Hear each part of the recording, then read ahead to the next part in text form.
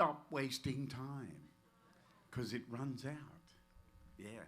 As Bonnie Raitt once said, life gets mighty precious when there's less of it to waste. Oh, yeah. All right. So, here's a song from my new album, and this is called Black and White to Color. Oh, I feel so smart now. That's good.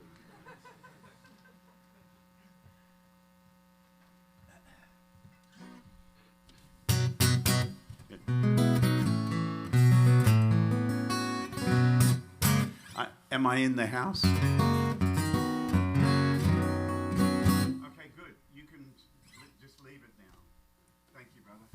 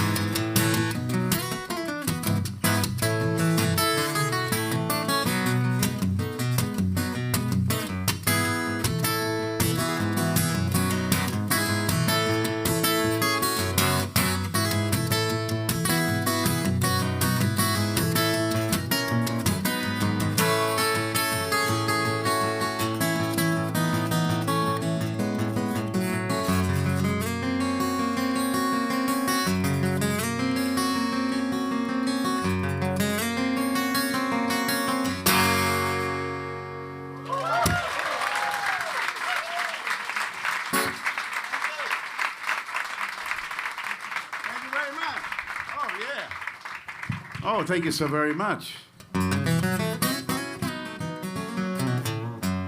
Let it rain, let it pour, let it rain a whole lot more, 'cause I got them deep river blues. Let the rain drive right on, let the wave sweep along, I got them deep river blues. My old gal, she's a good old pal, but she looks like a waterfowl when I get them deep river blues. And there ain't no one to cry for me, and the fish all go out on a spree when I get them deep river blues.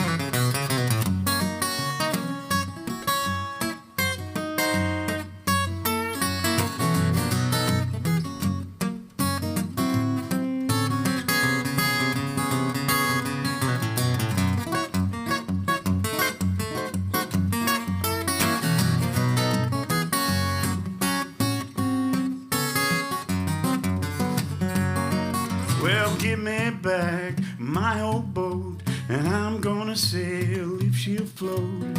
I got them deep river blues. I'm going back to Muscle Shoals, and times get better there, I'm told. I got them deep river blues.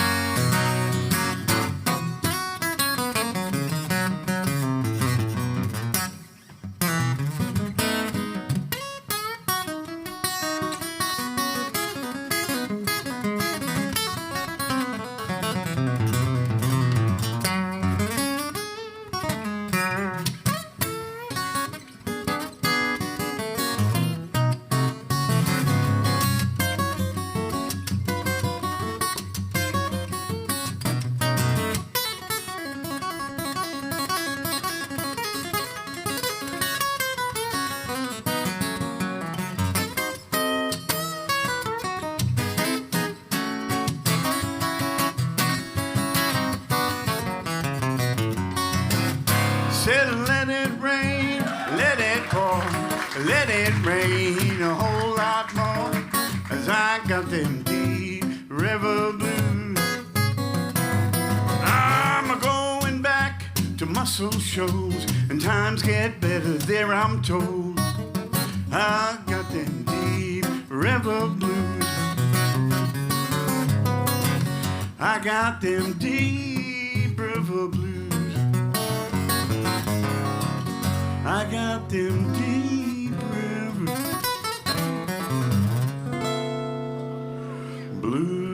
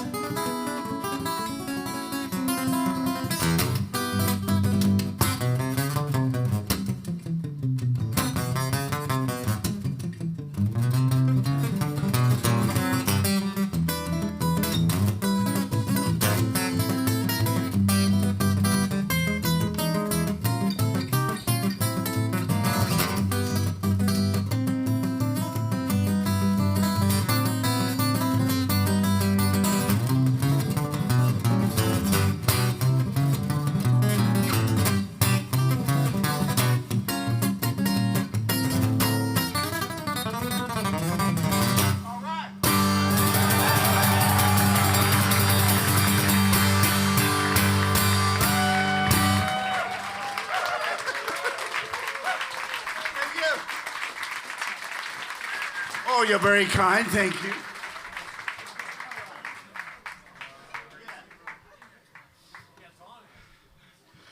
So the real question is why? All right.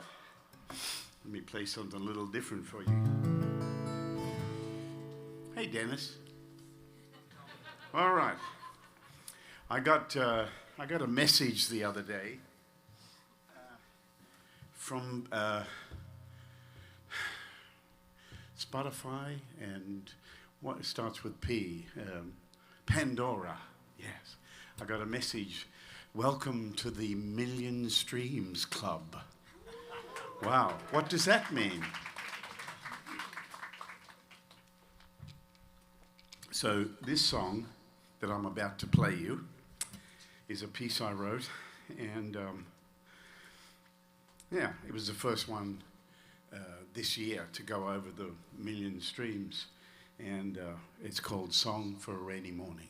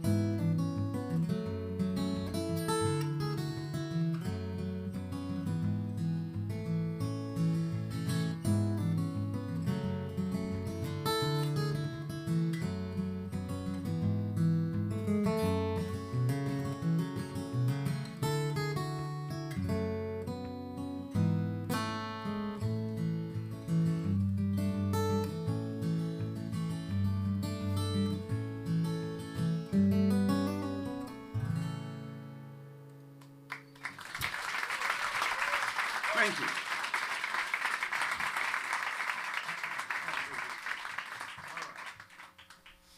Let me play a song I hadn't played in a long time.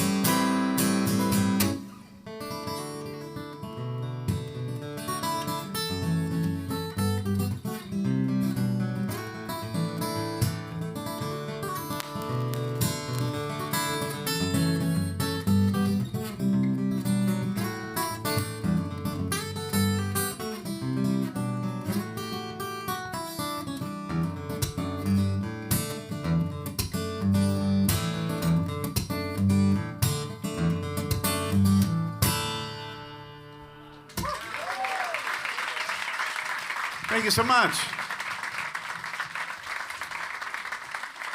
Well, thank you very much. That song's called Waiting for a Plane. Guess where I wrote it?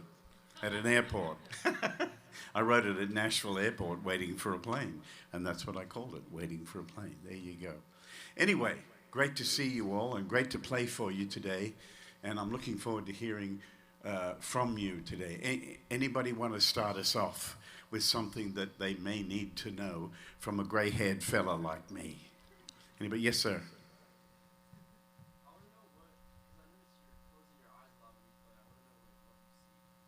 Okay. Many people ask me, why do you close your eyes, especially children? And that's us. We're all children. Yeah. Why do you close your eyes when you play? The reason is because I want to listen too. I'm examining and listening to everything I'm doing as I'm doing it. And I'm quality controlling myself a split second ahead of what I'm doing. You know, that's why, and I enjoy it. You know, people who make videos and look at and watch the camera and do all that, I don't believe anything they're telling me, because they're just acting. You know, if you see a video of me playing, it's just like it is right now, because I can only do it one way, honestly. One way, honestly. So that's why I close my eyes. Well, I could puff up my ego a little and say, because I can. You know what I'm saying? But I don't need to say that. I just need to tell you that I want to listen too. And so that's why I close my eyes. And it's just a good feeling. It took me a while to learn all this stuff. When I was very young, I was very self-conscious. So I was very, you know, I wanted to move around a lot more, but I was afraid to, because I was just afraid, you know. And it took a little while for me to get through that barrier of fear of moving around on stage. And once I did it, I'm talking, I was 6 years old, right? Once I did it, and the audience went wild when I went, you see a little boy suddenly do that, and the audience will go, ah, you know. It's like, whew, I'm in show business now, you know. And that's really helped me to just let all my guards down and just be vulnerable and have fun up here, because, you know, this is what I have. This is what I do. And I don't want anything to stop me having the fun I'm having, you know.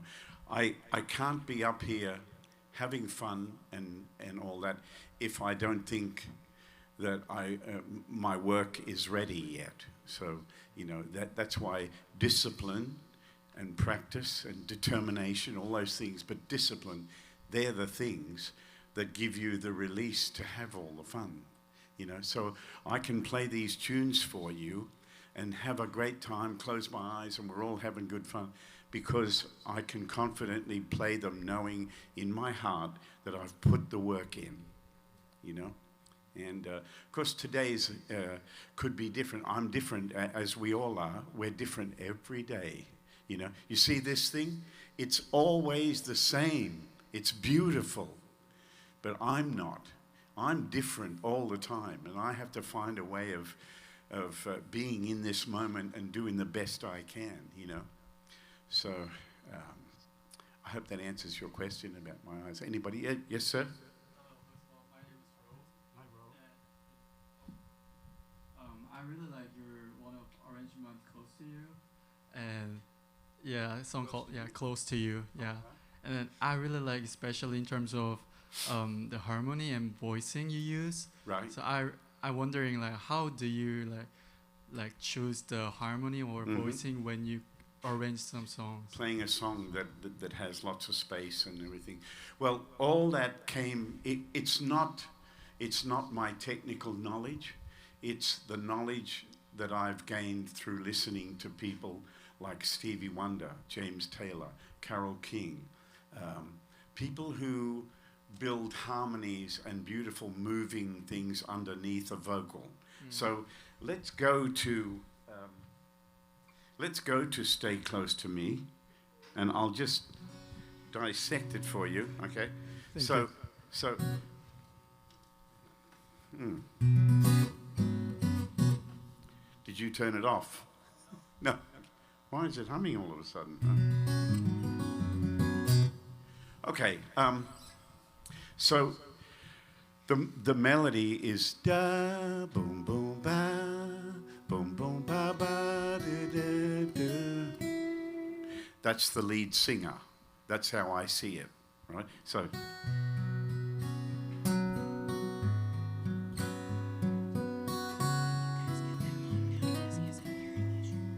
there's our. That's a seventh with an augmented. Now we've got a ninth.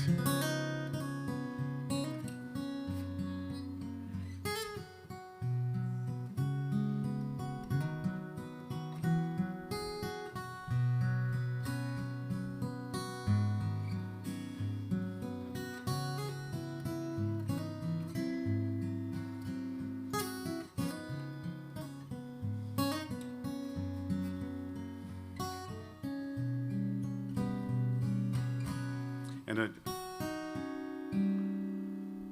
creates a little tension and then releases, right? And I learned how to do that from listening to piano players do it behind singers.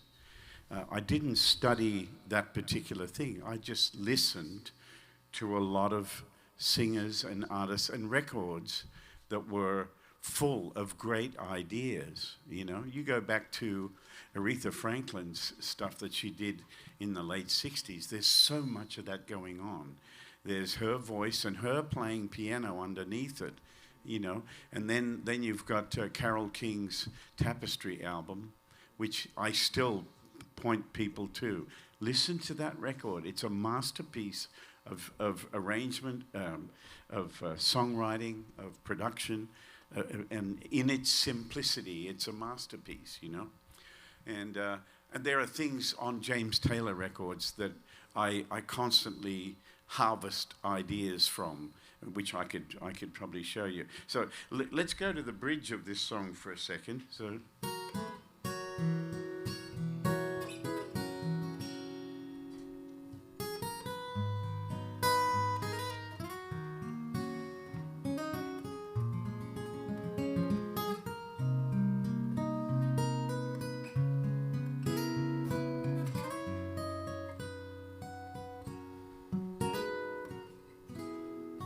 And that's the vocal group, right? So when I play this song, I'm not thinking this is a guitar piece at all. This is a singer with backing. That's how I think. And when I write a song, I never think I better write a new guitar song, ever. You know, if I'm writing a song, this.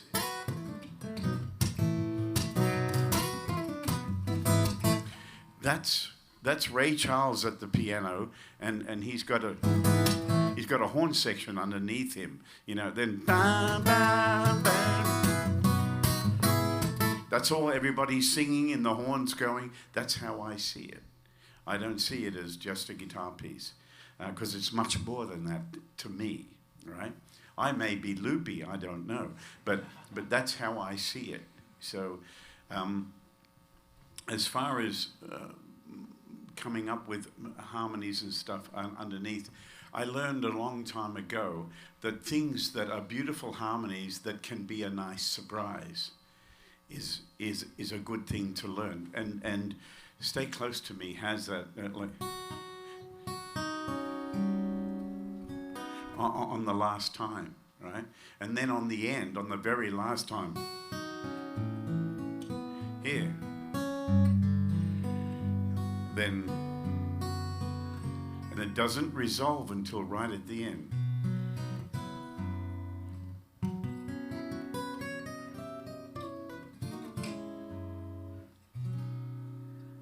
Right? So I was definitely trying to create something that could be sung by somebody like Mariah Carey or somebody like that. That's all I was trying to create a beautiful song with a message, with a melody that returns to you and tells you the story and doesn't hurry and takes its time and tells you the story. And the bridge is the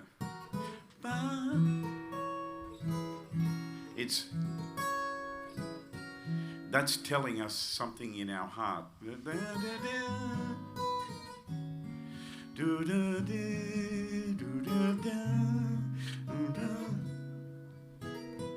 And I did that on purpose, right? Because you're so used to hearing, you know, it going to the major, and I didn't want to do that. So I wanted the melody to go up, but it stay in minor, and then resolve. So things like that, I'm always looking for something that can be a little bit different and unexpected, but not get in the way of the message, you know. So, and then things like on the, I don't do much change with the melody until the last time round. So I go, let's see. Here, I'm going to come into the last verse. You ready?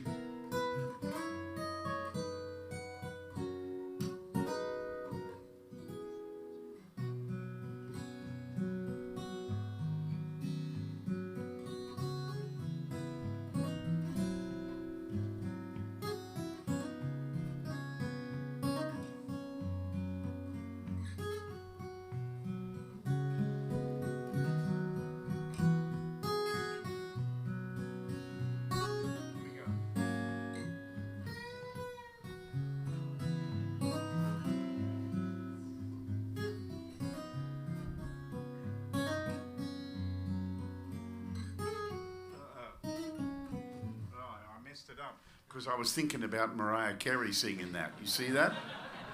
That's what happens when you get to my age. You can't be thinking. It's dangerous.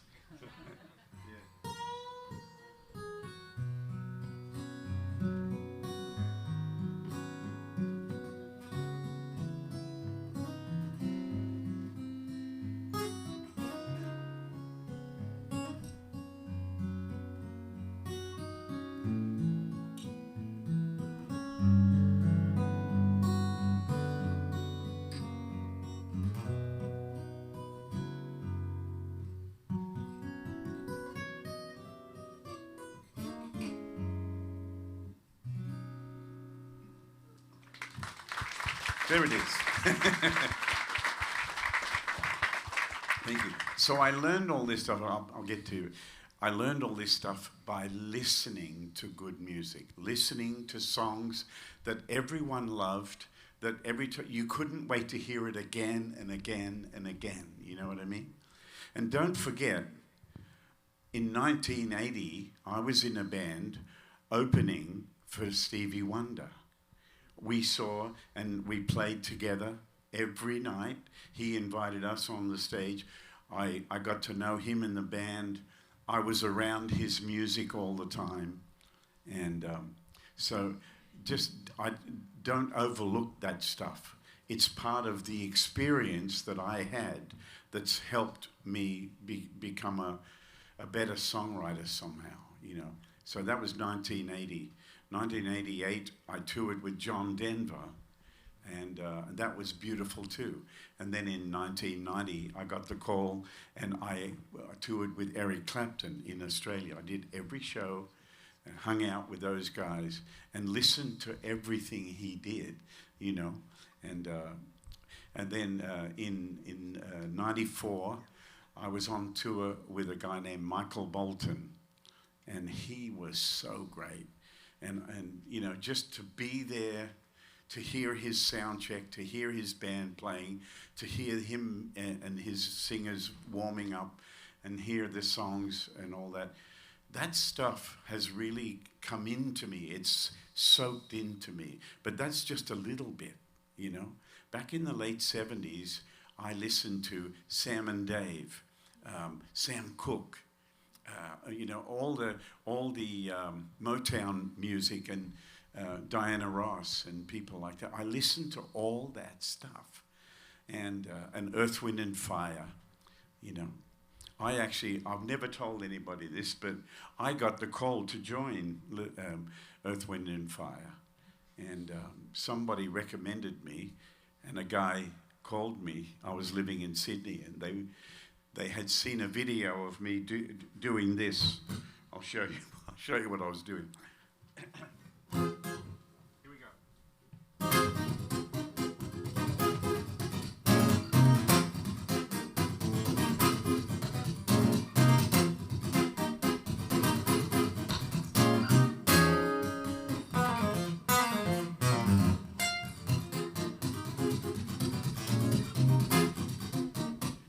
I was playing the rhythm part to Get Away, which came out in the 70s, and somebody showed whoever the guy was there. But anyway, see, these are the kind of things that can happen if you're a listener. So I encourage you to be a listener. Take in as much as you can. Listen to all the good songs. So, somebody had their hand up here. Yes, sir.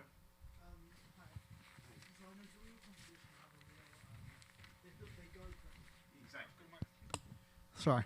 Oh, hello? There he is. Thank you. Thank you. So all your pieces, they feel like they go into very sort of different sections from each other, but they still have a real cohesion. Mm-hmm. So I was just going to ask, do you do it by feel, or what's your approach to structuring a song? It's the same as I'm trying to write a song to get on the radio. I'm trying to get a song with a singer and a band. That's what I'm trying to write, the best song that gives me a chance to reach people straight away, right?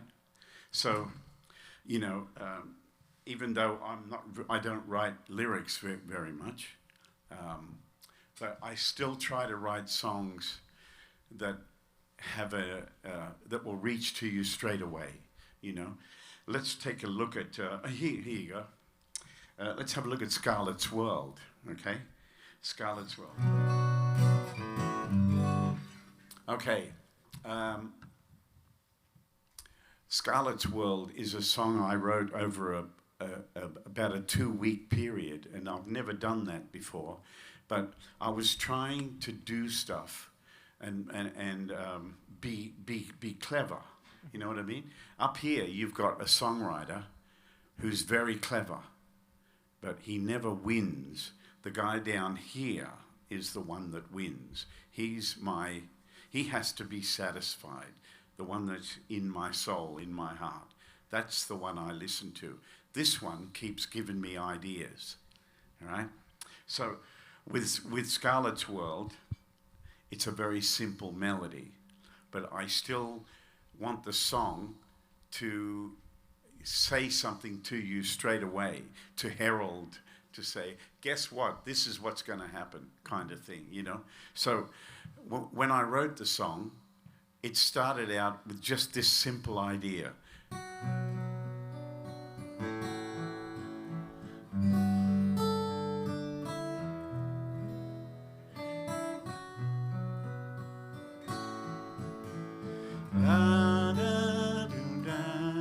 That's the idea I had. I thought, sounds a little Russian, you know, sounds a little deep, a little unusual. And then I thought, well, how about if I put an 80s kind of rock groove to it? So I went...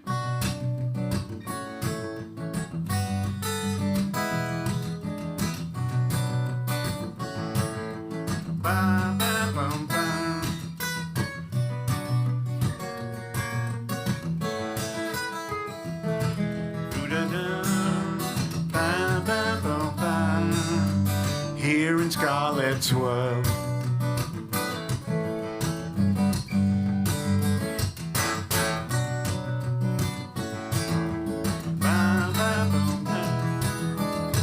Second time.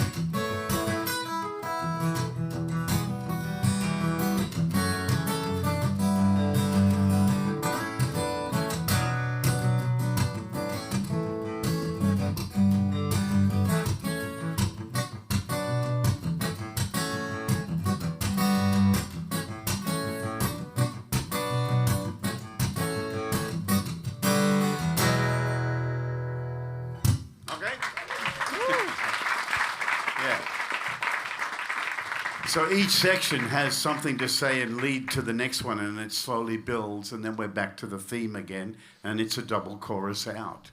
And, you know, and I purposely put...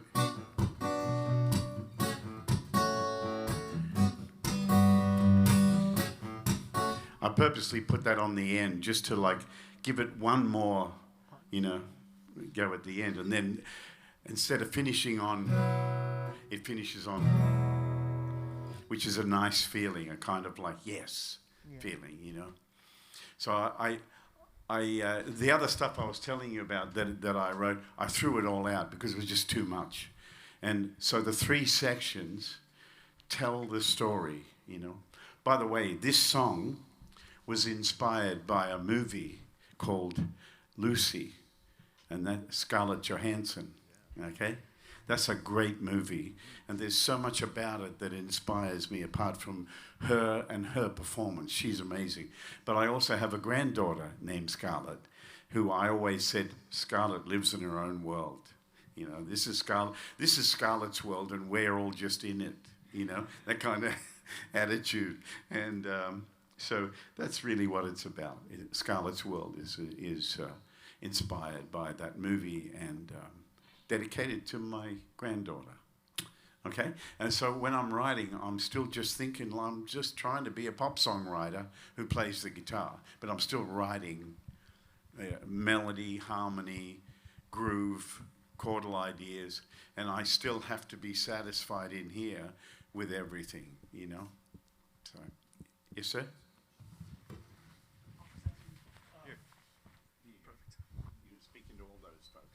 Thank you.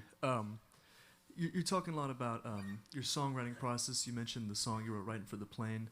Yeah. I'm wondering about, you know, how from start to finish do you find a lot of your songwriting to be spontaneous? Do you sit down and write something about something you thought about that day? And then also, when do you know, you talked about the mix between the brain and the heart, and when do you know a song is finished? When are you satisfying with editing it and making changes, and when do you feel like it sounds like you? Well, it's always going to sound like me because I'm writing it. But is it good enough? That's the question, you know. And am I pleased with my ideas? And do I feel it's good enough? Okay, so let's take a classic song. My song, Fuel, right? It took about an hour to write and about 3 hours to practice so I could play it on the show that night, right? To really nail the groove on it and all that stuff. And that was just a totally spontaneous song. And because I got on a train in Paris, France, not Texas, Paris, France. I got on a train to go to Cologne to play a show in Cologne that night in Germany. 4-hour train ride, and I thought, wow, great. I mean, I'm up there in first class. It's very quiet and smooth.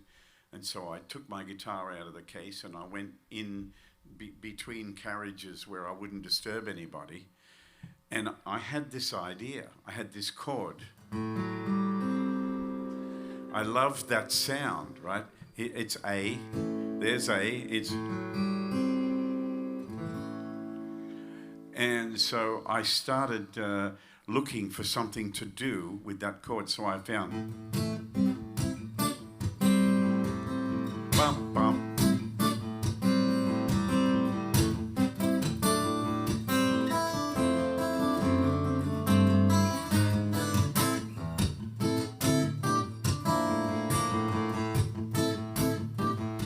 So the story's already unfolding, and I've just stayed in A. I've done it.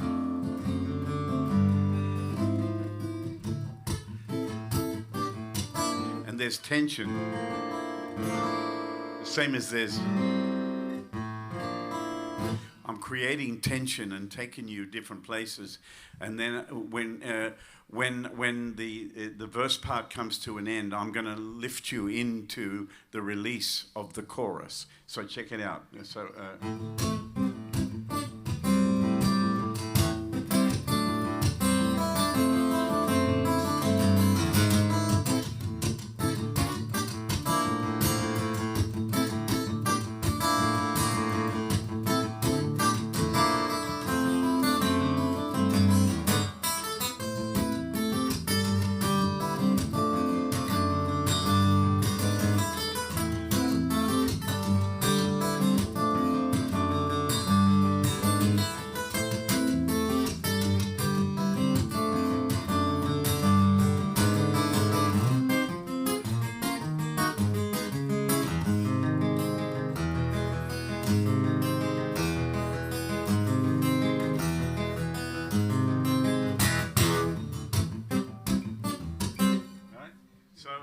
I purposely made it orchestral sounding, you know.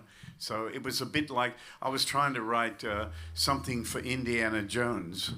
You know, I was trying to think cinematically, but at the same time, I was trying to write something that could go 10 rounds with classical gas. You know what I mean?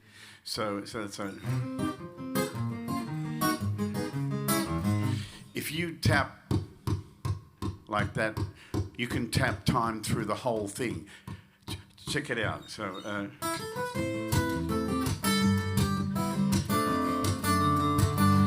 Keep tapping.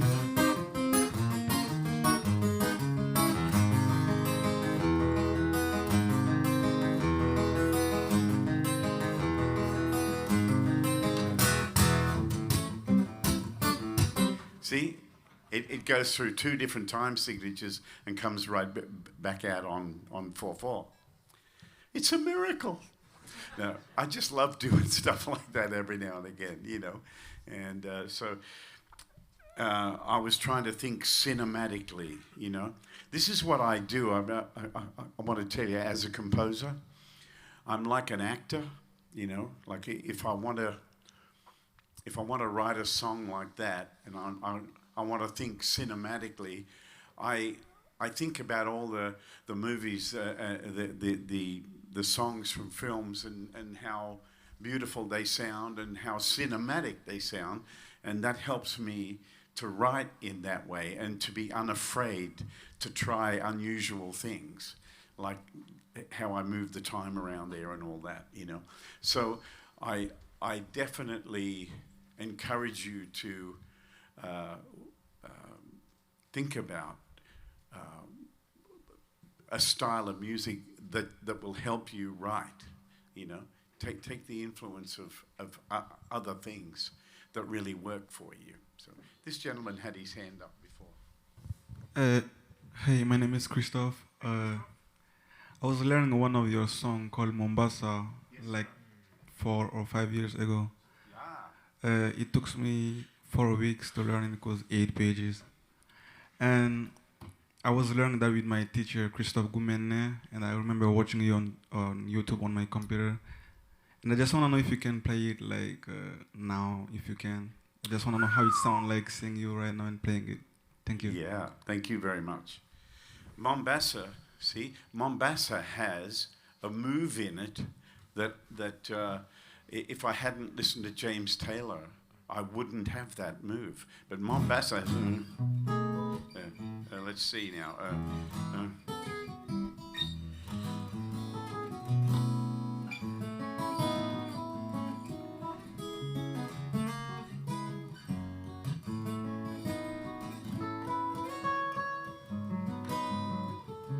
Here it is.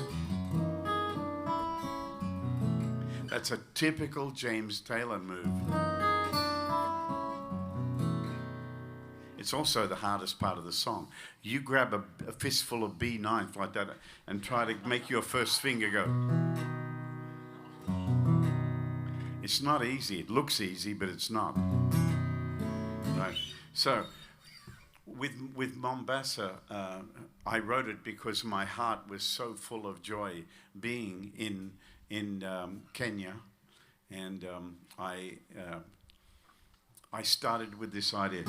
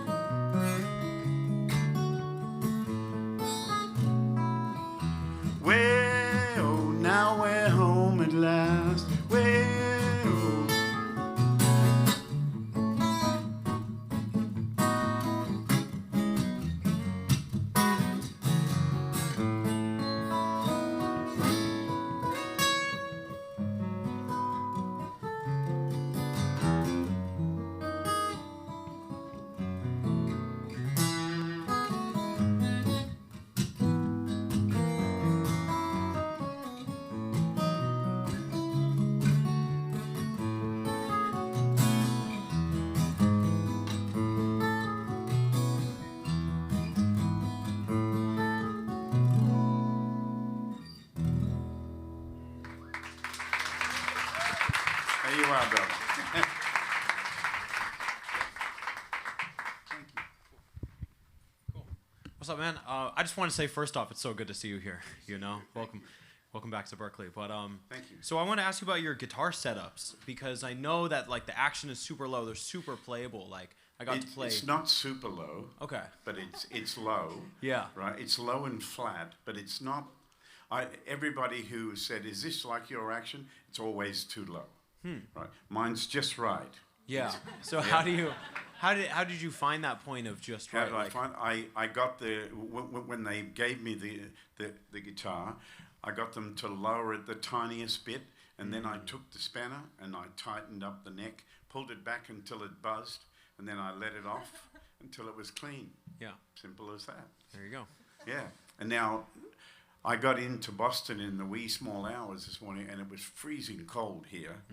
And when I was playing early this morning at 8 o'clock in the back of my bus, it was freezing cold, and the strings were sitting on the neck. I had to let the neck off to get a bit of clarity for today. So it's you know, I'm definitely keeping an eye on it the whole time. I remember when Leo Kotke and I toured together, he was so finicky with the neck on his Taylor guitars that he had a spanner sitting in there the whole time, on stage, everywhere. He never took it out.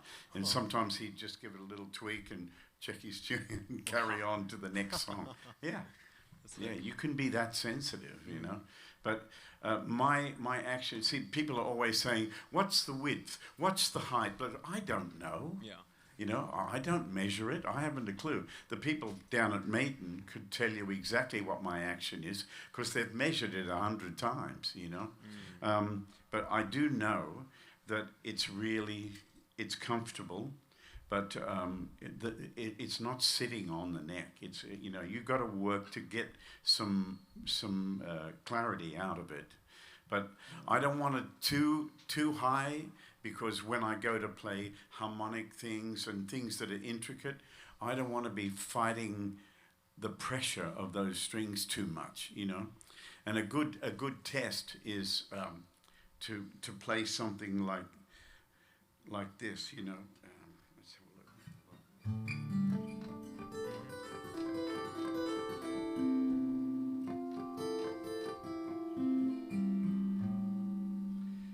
Hold it, you know.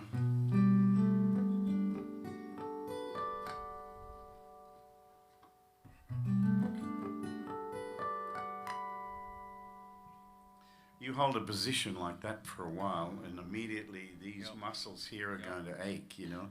This is when people ask me to show them how to play these kind of cascading harmonics, I always tell them, you got to stick at it, it's going to hurt. And they're like, going to hurt? I said, oh yeah, you hold that position for a while, it's going to hurt like hell. So I give people an exercise, and the exercise is this. This is how I strengthen my left hand, and that is I play an F chord, so I bar the 4 bottom strings there with my little finger, then I play with my second finger the C, then I play the F with the first finger and hold it and play it cleanly. Right? And you'll see this muscle just jumping out there. So it's gonna help you. You do that like that. And playing the songs that are difficult, that take strength and all that, gotta play them all the time. Gotta keep your hands in their fittest and concert ready condition.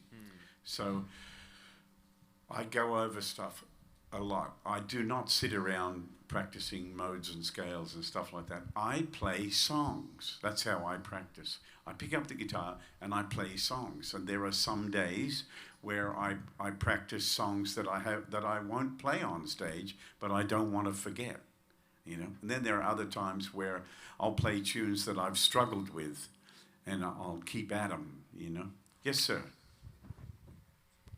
How you doing, sir? My name is Alex. It's really nice to see you. I want to ask you a question about how you go by writing your finger styles. Because since it's everything happening at once, how do you choose how everything's gonna be together in a song that you are writing? I'm not quite sure what you mean by that. So, in a, Say it again. I'm sorry. So when you're writing a fingerstyle, you have 4 different instruments you're trying to. I put never in. think about fingerstyle. I So- only think about melody and chords. Yeah. So Yeah. that was kind of my question. Yeah, I never think about my technique. You know, my technique is invisible. It's the song that we're all interested in, not my technique, right? However, without me practicing and making sure that everything's right and having played it 1,000 times, you can watch my technique until a certain point, and then you'll only get the song. You know what I mean? So I'm a melody guy, right? I'm always looking to write something, you know, and a really good note or phrase against a chord, and how does that make me feel, kind of thing, you know? That's why people ask me about songs like Stay Close to Me, because it goes da, do, do, da. It's straight away going, oh my God, it's straight there, you know? And, you know, the true story about that song is one of my dearest friends wanted to commit suicide. And I went over and talked him out of it, and got him some help, and I wrote him that song, and he's still around, thank God. That was 40 years ago. But, you know, for instance, let me play a little bit of this tune.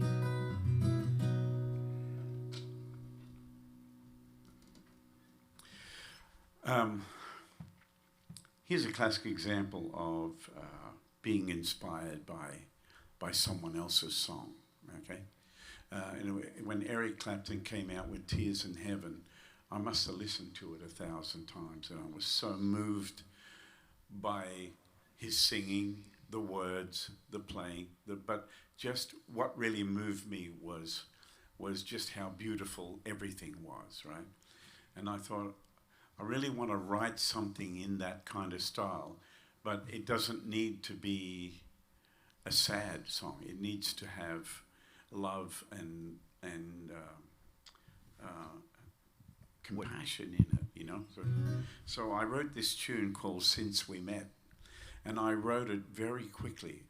I got off a plane and got into the taxi, and this idea came to me because I'd been listening to Eric, right? So this is what I wrote.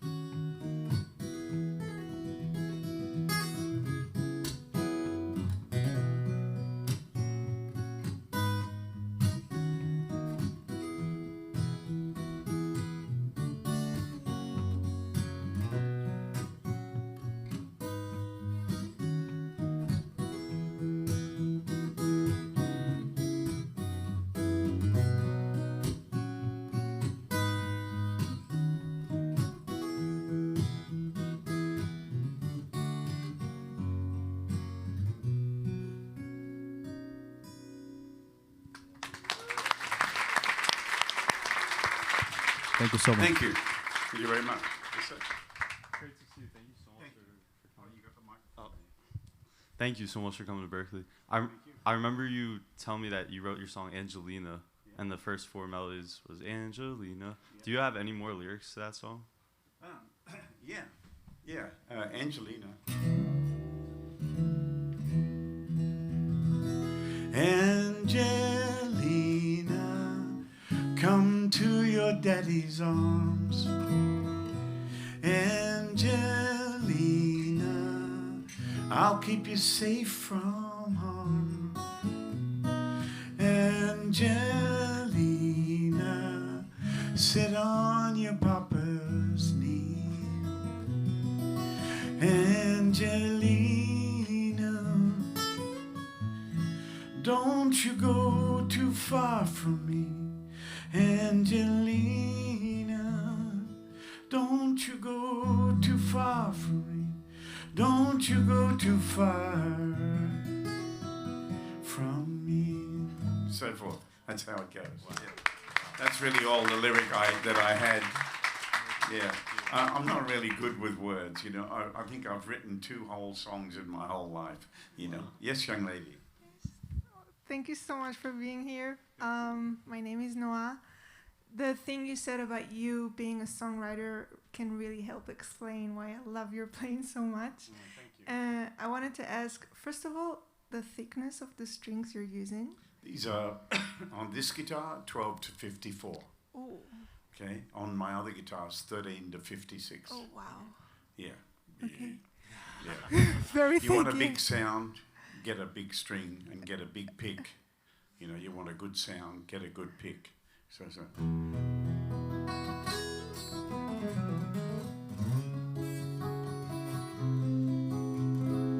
It does everything. You know? Amazing. And that's just my amp into the PA, you know. I've got everything set flat here, and the same as Owen does. And my amp, if you look at it, everything is right in the middle. You don't need boosting and filters and all that bullshit. You don't need it. Just get a real sound. Get a sound that's got everything. Yeah? Yeah. Okay. And I wanted to ask also, did you ever write songs for singers? Always, yeah. Do you Yes, have I did.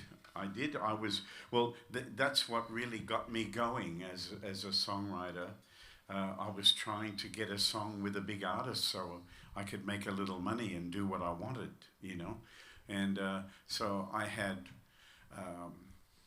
a couple of songs in films, and I had some songs and themes to TV shows in Australia back in the 70s and early 80s. 1982, I think it was, Sheena Easton recorded one of my songs called Let Sleeping Dogs Lie. And then the following year, Olivia Newton-John had an album called Soul Kiss. And I had a song on there called Driving Music about a lady taxi driver. Right? And I basically was trying to, in those days, if you got a song on an Olivia Newton-John album, right, this is the early 80s, you could write a check for $1 million and put it aside, and in less than a year you could probably cash it. That's what it was like. That's what the music business used to be like. Now, if you don't tour live, you don't make a living. It's as simple as that. So that's, you know, I've got children around the world and they need to go to school and have a roof over their head and all that stuff, and I employ people. So that's how I make a living. Today is my day off on this tour, but I wanted to be here because I love music and I want you to all have a great time in your music and in your lives ahead. That's what I care about, you know, and it just gets better. But what's going on out there is not making it easier for us. When I was your age, living in Sydney, I was working 7 days and 7 nights a week. I was playing in bands. There were live gigs everywhere. There was so much work. I could have killed myself working, you know what I mean? But, it's not like that anymore. There are still lots of things that we can do, but it's a different world now, and we have to be smart. I don't have to work smart. I don't have to work harder. I just have to work smarter, so that I can still get out there and tour and keep writing, keep recording, making videos, being with my family and all that. I can find a way of getting a balance and filling that great need inside me. I need to play, I don't really care much about playing at home for myself. I do it because I want to keep playing and make sure that everything's up to speed here. But there is no feeling that I know that like being up here playing for you. That's it. For me, that is it. And it always has been for the last 65 years. That's all I care about. And that's why I'm standing up here. Yes, sir? Hi. Hi. I want to ask, like, from all the songs that you've been listening to, what are your favorite chord progressions that will make you go like, oh, I want to use that when I'm writing? Oh, well, things like back in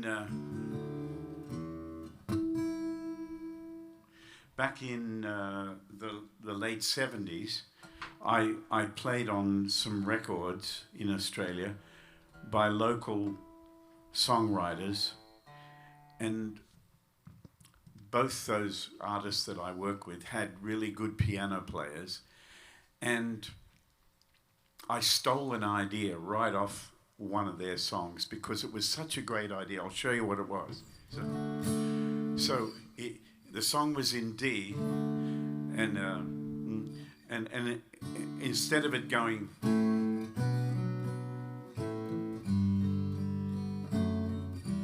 right like a typical song would have, it went.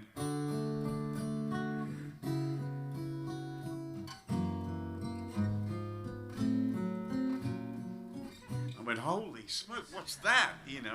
It was just like, it was like really soulful and different.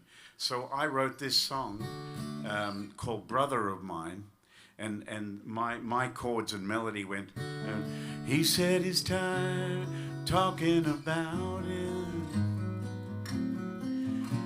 'cause nobody ever heard a word he'd said. None of us took him serious, gave him the time of day. Invisible till he ran away. Blood is thicker than water, our father always said. That don't mean a damn thing when I look at your empty bed. But come back to me, run back to me, brother of mine.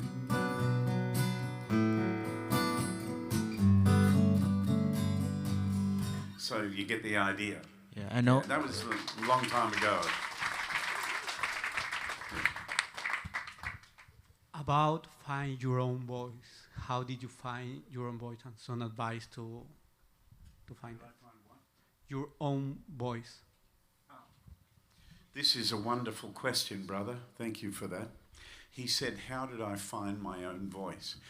I copied everyone else's until mine appeared. That's about how we all do it. No one says that, but I'm saying it today. And I encourage you, if something really lights a fire in you, then take it and keep fanning the flame, you know what I mean?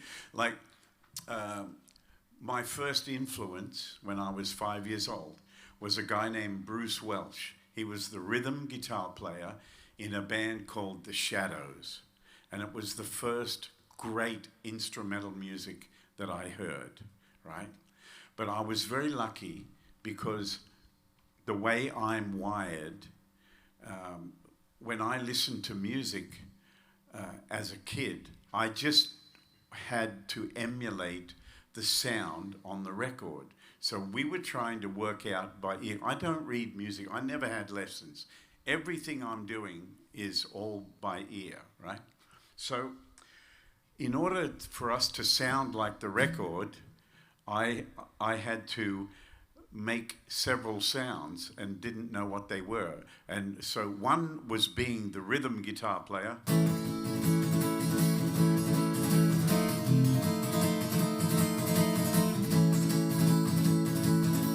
Right? My brother's going.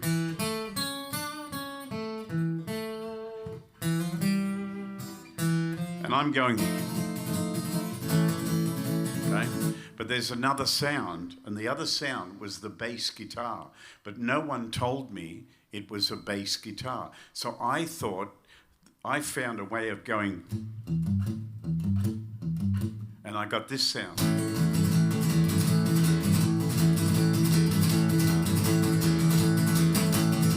Right, so I'm going, and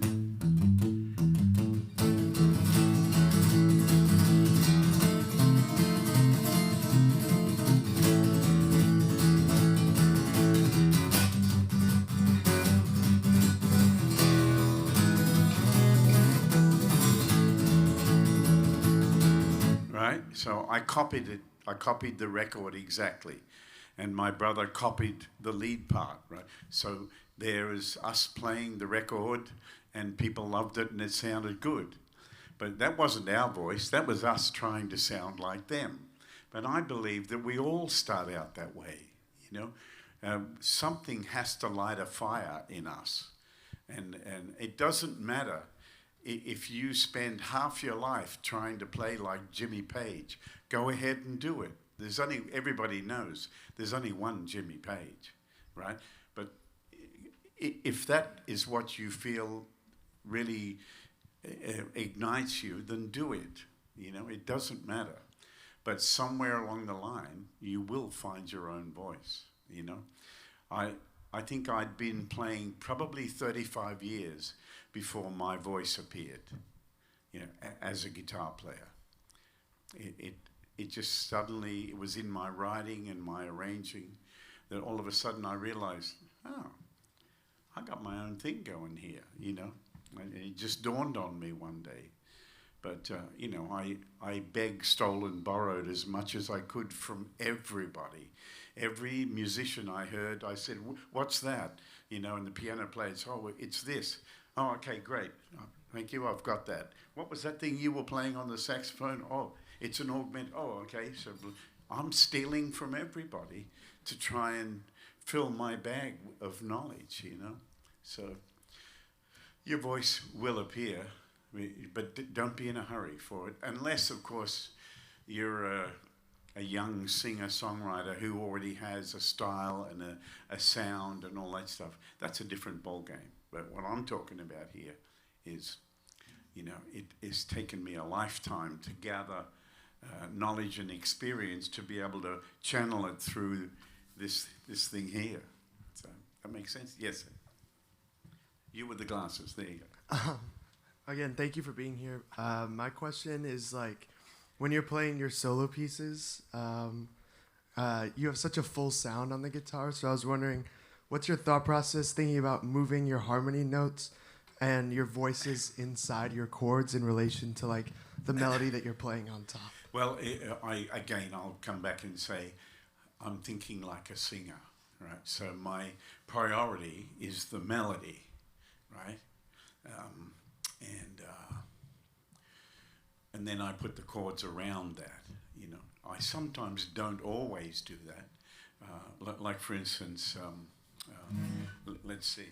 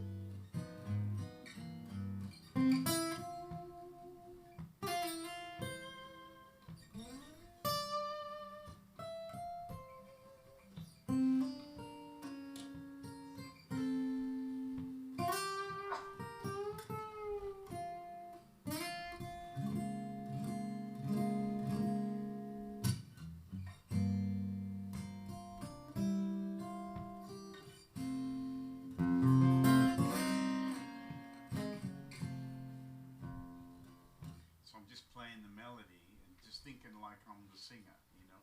So when I play songs that need lots of chords, then I try to move it around. Let me use a song of mine as an example for you. This song's called Keep It Simple. And I wrote it because I heard a piano player going.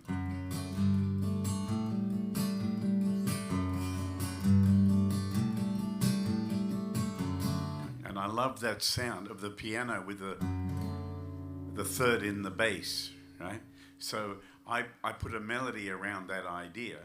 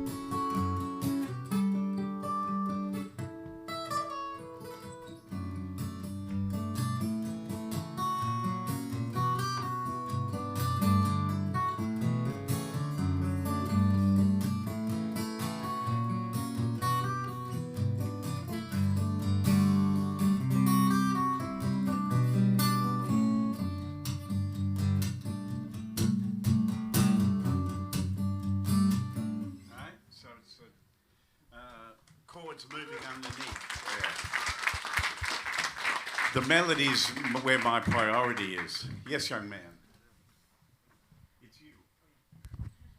Hi, Tommy. My name is Max. Thank you for being here again. Thank you. I was wondering, when you write songs, do you ever feel stuck? Like, you know, maybe you have an idea and you don't know where to take it, or maybe you finish a song and you're like, something's not there. And Welcome to the human race. What do you do in that situation? You know? First of all, I don't worry about it. There's no point in worrying about stuff like that. We're all going to get stuck. We're all going to labor. And then there are other times when we can't stop it. That's why we need to be inspired. I'll do whatever I can to get inspired, you know? So if I'm stuck and I'm just not coming up with a good idea, I might listen to something completely different or just come back to it, you know, but I won't worry about it, you know. I think I've been through every kind of writer's block that there is, like most songwriters, and I've been through, you can't shut it down. It's just like pouring out of you. I've had everything. I've had both. And I live and dream about it coming back, pouring more songs out of me, you know. And I think it's another reason why I learned I've got to be open, you know. I can't be closed and don't come near me, you know. I've got to be like this, otherwise nothing's going to come and flow through me, you know. And I think, you know, Chet Atkins was not just a great influence, but he was a great friend to me. And he told me a long time ago, listen to everybody. Don't shut your window on classical music, and don't shut your window on jazz, and particularly don't ignore what's on the radio, because that's what everyone's listening to. Listen to it and learn from it and find out why the hell is this song so great, you know, stuff like that. And so, you know, let me give you an example. I came home from my tour in China and Japan a couple of weeks ago, got in my car, and the first thing I noticed is that there was a new Taylor Swift channel on Sirius XM.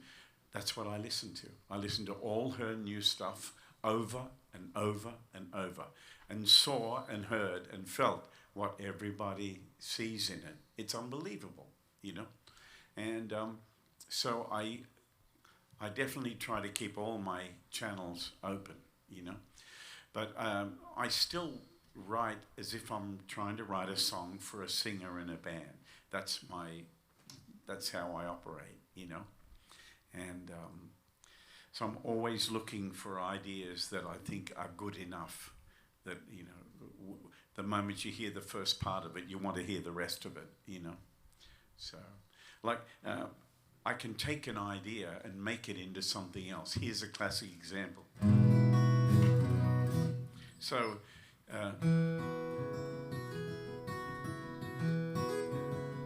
James Taylor. Even the old folks never knew why they called it like they do. I was running since the age of 2 down on Copper Line.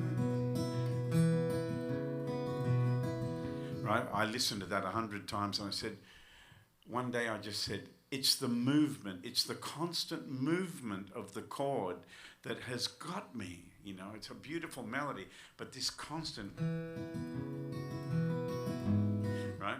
So I put it down. Oh, it sounds good there. Let me take it a little lower. So I went, and then I went, what about if I mute the bass?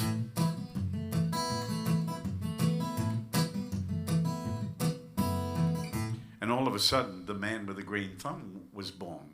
But the original idea came from just being fascinated by Copper Line. I didn't copy Copper Line, but I took the definite feeling from Copper Line and made the man with the green thumb. You see? Yeah. So these things happen. When they happen, you got to go with it, you know?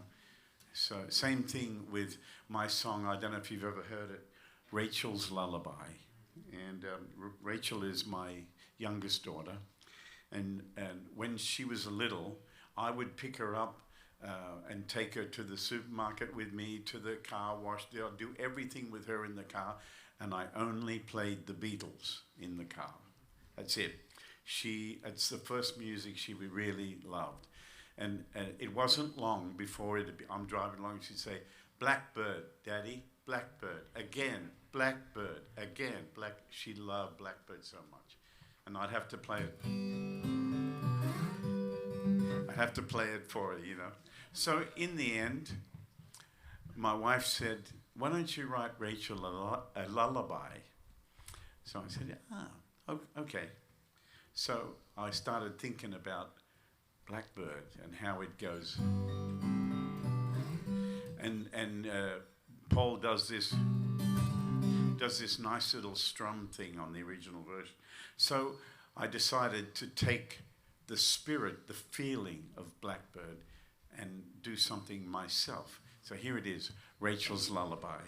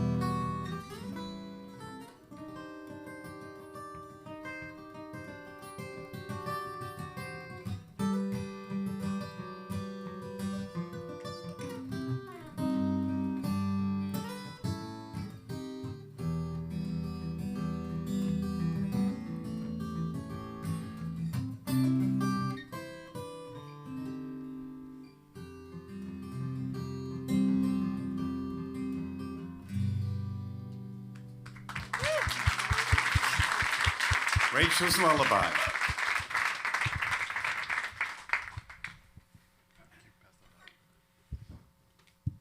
Hey, thanks again for being here.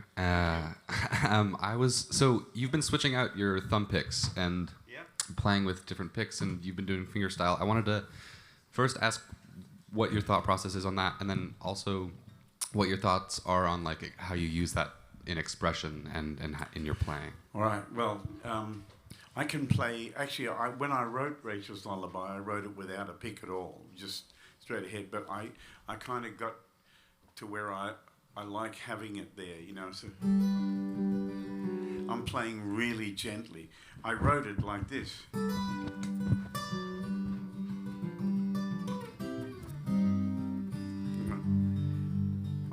I wrote it without a pick, but I've been playing it with a pick. So you know, it takes a long time to get used to a thumb pick, and you know, a lot of people, especially the folks from places like Kentucky where they play Mel Travis music and all that, a lot of people use the Kelly thumb picks, right?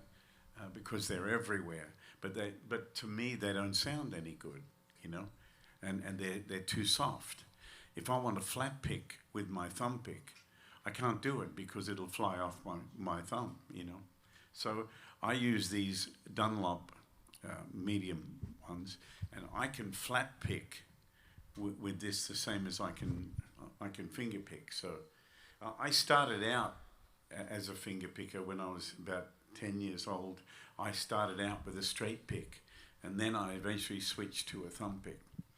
And I found what works for me, you know, and that's really the name of the game. You have to find out what works for you. Just because I play this thumb pick, this guitar, and that amp, doesn't mean it's right for you. It means this is working for me, you know. So you have to find what works for you, and that goes for everything, you know. What kind of music you love, what you want to play, what you listen to, what kind of strings you use, all that. What you have to find what works for you, okay? And and sometimes people ask me, why do you play that song with a straight pick and then you play that one with a thumb pick? Why do you do that? I'll tell you why. It's the most important thing is how can I play this song with the most feeling? That's what is my priority, you know. A song I wrote called Drive Time, a lot of people love to hear that song, but it's been the most asked about song, you know. Why don't you play it with a thumb pick? It's a lot easier, you know, but it sounds better with a straight pick, right? So you got to do.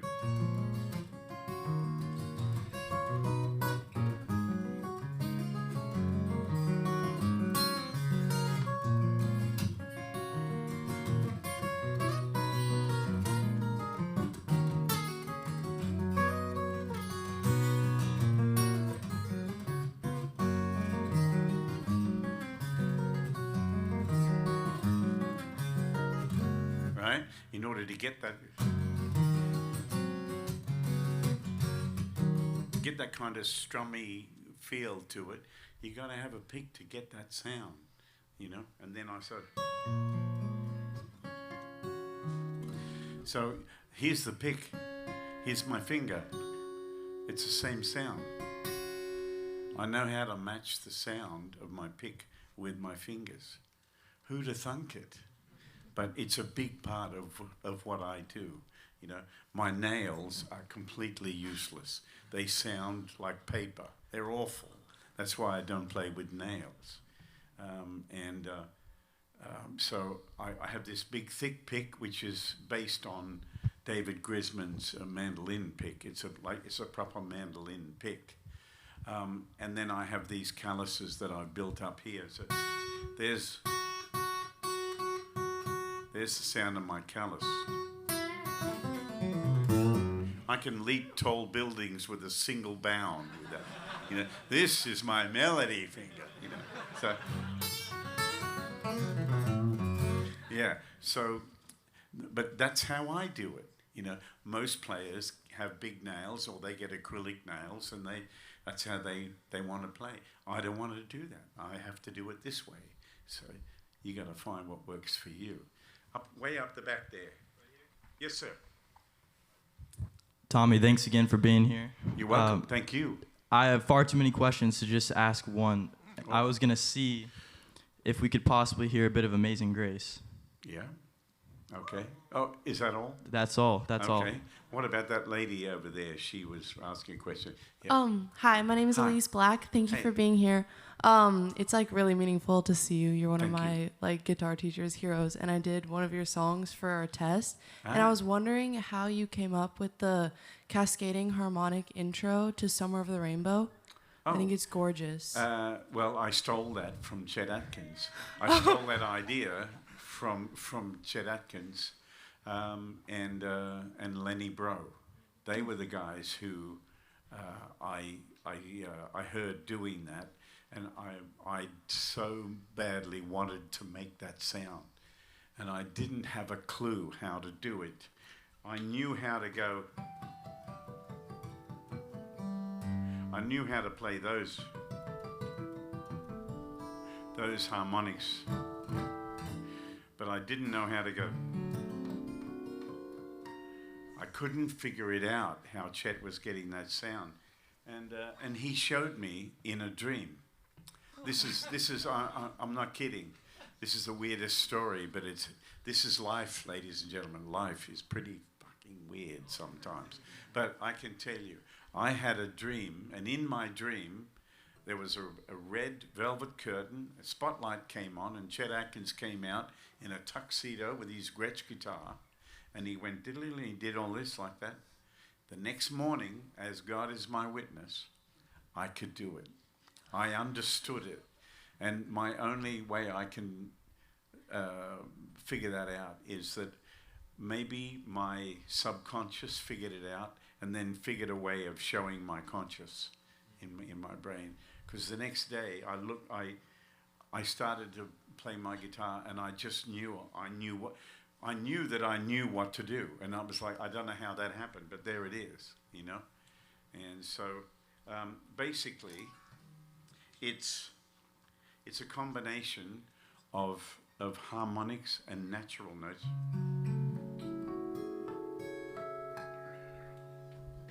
Just turn the microphone off. There we go.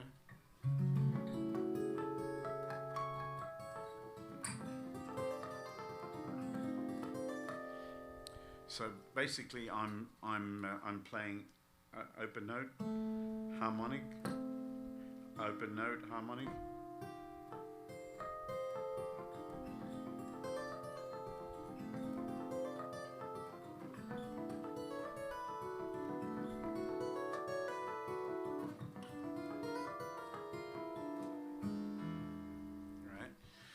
So I don't do that in every song. I save it for Somewhere Over the Rainbow, or maybe another song that needs some of that in it.